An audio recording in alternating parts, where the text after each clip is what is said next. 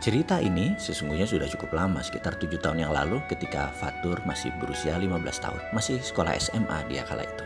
Ya, sudah 2 malam Mas Fatur nggak tidur. Ini malam ketiga. Ini adalah suara lirih dari anak saya nomor 2, Fatur. Dia memang selalu menyebut dirinya dengan panggilan kakak di depan namanya, Mas, kepada dirinya sendiri. Waktu menunjukkan pukul 11 malam waktu itu. Sebagaimana kebiasaan saya, kalau malam sebelum tidur saya selalu menyempatkan melihat anak-anak di kamar mereka. Kenapa emangnya Mas? Saya bertanya. Gak tahu ya, badan gak capek, padahal udah olahraga seharian. Kemarin renang, pulang sekolah sampai maghrib, terus hari ini futsal. Capek belajar, capek olahraga, tapi kok gak bisa tidur. Jam 2 malam lebih kemarin baru tidur. Mas Fatur ada mikir apa? Gak tahu ya, kayak orang bingung gitu, kayak orang gak tahu mau ngapain, katanya sambil duduk di pembaringan tidurnya. Saya menyalakan lampu kamarnya dan duduk di sampingnya sambil mencari ide apa kira-kira yang harus saya sarankan atau apa yang harus saya lakukan. Mendadak saya terbersit keingat sesuatu. Saya punya janji memberikan buku kepada seorang kakak asuh di panti yatim Marhamah di bilangan Cipinang. Gini Mas, mau gak nemenin ayah ke yayasan yatim Cipinang sekarang? Dan karena jalanan sudah malam, bagaimana kalau Mas Fatur yang nyetir? Wajahnya berubah semangat. Dia mengangguk cepat sambil mengganti baju segera. Melihat wajahnya berubah semangat, saya juga jadi semangat. Kita berdua langsung jalan menuju panti yatim karena Fatur gak bisa tidur, sekaligus melancarkan nyetir mobilnya, sekaligus memenuhi janji kepada sahabat lama kakak asuh panti tersebut. 1 kali dayung 2-3 pulau terlampaui. Fatur memundurkan mobil, saya membuka gerbang, dan gang di depan rumah kami yang agak sempit dia lewati dengan lincah. Saya memujinya, wah Mas sudah mahir ya. Oh iya ayah, kan sering latihan pakai mobil teman-teman, katanya GR. Selagi berdua seperti ini memang private moment yang spesial bagi saya. Diskusi banyak hal disempatkan, termasuk menjawab pertanyaan Fatur, apa nggak apa-apa datang malam-malam ke yayasan panti yatim ya. Di sini kesempatan melakukan caddying atau mentoring yang tepat, bukan dengan wejangan namun sebisa mungkin dengan pengalaman. Saya menjawab, Mas Fatur, ayah sudah ngurus panti yatim lebih tua dari umur kamu. Kalau sekarang kamu 15 tahun, ayah kira-kira mengenal, mengelola, dan sebisa mungkin membantu, yaitu lebih dari 18 tahun. Sejak tahun 1996 ayah ini pertama kali terlibat membangun rumah yatim Indonesia hingga sekarang. Jadi sudah hafal dengan dunia panti. Di panti yatim di Cipinang ini kalau datang jam 1 pasti ada yang bangun. Entah mereka mau sholat malam atau lagi ngaji, apapun itu, mereka adalah kehidupannya di sana. Ada sekitar 150-an anak di sana. Tempatnya sih overcrowded, sudah kelebihan kapasitas. Jadi sering ada yang gak kebagian tempat tidur. Nanti Mas lihat aja. Benar dugaan saya, begitu kami tiba di sana, ada anak yang belum tidur. Lalu saya tanya pada seorang anak yang menyapa kami di halaman depan. Nah, Pak Ustadz ada? Ada Pak, tapi sudah tidur. Adiknya ada, barusan lewat sini. Pak Amin, saya mencoba memastikan. Iya Pak, dijawab anak tersebut. Wah kebetulan, tolong panggil ya. Saya tunggu di ruang tamu. Saya menengok Fatur dan saya memperhatikan dia berjalan ke arah belakang. Ini adalah kedatangan pertama dia ke sini. Tak lama, saya pun sibuk berdialog dengan sahabat lama yang tinggal di Surabaya yang kebetulan sedang mengunjungi kakaknya di Jakarta. Tak terasa waktu menunjukkan pukul 1 malam. Saya mengantuk sekali, saya pun mohon diri. Fatur dengan cepat berjalan, pamit cium tangan Pak Amin, lalu dengan tertunduk dia memberikan kunci kepada saya.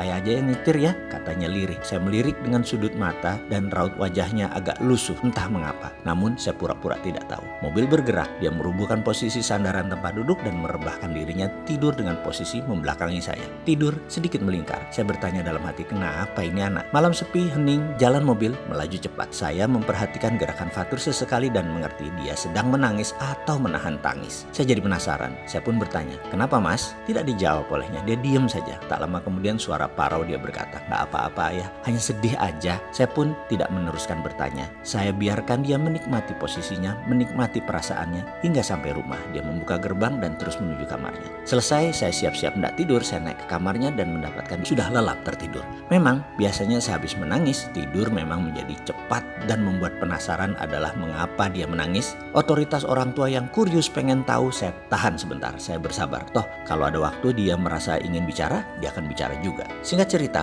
waktu berjalan cepat. Keesokan harinya, jam 8 malam saya sehabis olahraga jogging di treadmill, saya tidak melihat Fatur sehingga bertanya pada orang rumah, kemana sih Mas? Sudah tidur ya? Kecapean dia, ngantuk, pulang jam 7 malam tadi, makan, mandi, langsung tidur.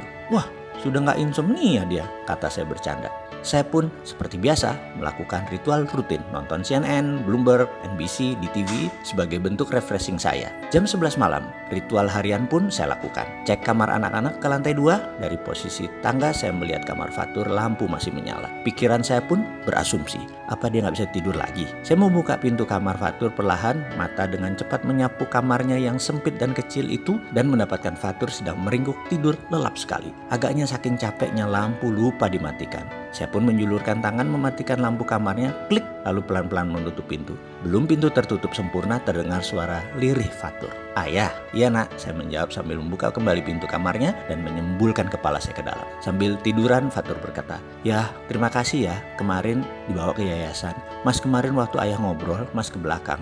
Mas ketemu sama anak-anak panti, mereka lagi nggak bisa tidur juga. Kata mereka, kamarnya panas terus banyak nyamuk, kasihan deh ya. Mas sedih melihat kondisi mereka. Lalu mas tanya sama mereka kenapa banyak nyamuk, rupanya kamarnya nggak ada kawat nyamuk, sama nggak ada kipas angin. Mas jadi sedih banget, padahal cuma masalah kawat nyamuk doang, mereka nggak punya dan nggak bisa tidur. Mas jadi keinget sama keadaan di rumah ayah. Emang kamar mas kecil tapi nggak ada nyamuk, nyaman, ada AC, tapi mas nggak bisa tidur. Itu kan artinya mas ini kufur nikmat ya ayah. Mas dosa banget deh, nggak mensyukuri nikmat. Biar kecil tapi nyaman dan itu mas nggak syukuri, mas nggak terima kasih, mas nggak tahu diri. Sementara anak-anak panti mereka nggak ada nyaman-nyamannya. Mas jadi kasihan sama mereka. Karena itu mas kemarin nangis pas pulang dari yayasan. Mas nangis karena sebel sama mas sendiri yang nggak tahu diri. Terus kasihan sama anak panti. Kedua perasaan itu bercampur aduk. Jadi mas diem dan nangis ayah. Saya terdiam mendengar ceritanya. Fatur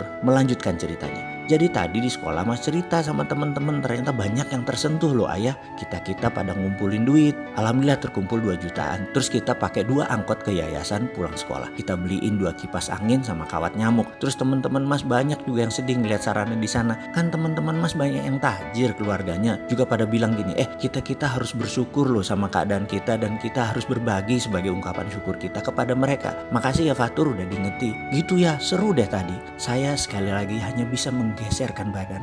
Saya mendekati Fatur dan memeluknya erat-erat. Nah, ada satu lagi yang kamu harus syukuri dan ayah syukuri. Banyak orang datang ke tempat yang sama melihat hal yang sama. Namun Mas Fatur melihat dari sisi yang berbeda. Mas menemukan diri Mas Fatur yang lupa bersyukur. Mas menemukan jatuh kasih pada sesama, itu namanya hidayah. Gak semua orang mendapat hidayah. Ayah pun belum tentu. Buktinya sewaktu mas menceritakan semua itu, ayah baru tersadar, ayah baru ngeh. Ayah juga kufur nikmat, ayah gak mendapatkan apa yang Mas Fatur dapatkan. Terima kasih ya nak, sudah mengingatkan. Ayahmu yang seumur ini ternyata masih harus mawas diri. Kali ini ayah belajar dari Mas Fatur. Sekali lagi makasih ya nak. Saya peluk lama sekali Mas Fatur sambil berlinang air mata. Begitu juga Fatur. Dalam hati saya berkata, saya harus menuntaskan belajar ilmu kehidupan dari siapapun termasuk dari remaja hijau ini. Sehingga pelajaran di awal bisa dilanjutkan dengan syair. Berguru kepalang ajar, bagai bunga kembang tak jadi. Jangan berhenti mengaca diri. Saya janji terus mawas diri, terus berguru, terus belajar agar bunga berkembang pantas. Semoga bisa terus bertransformasi, terus membuka diri dan menjaga integritas.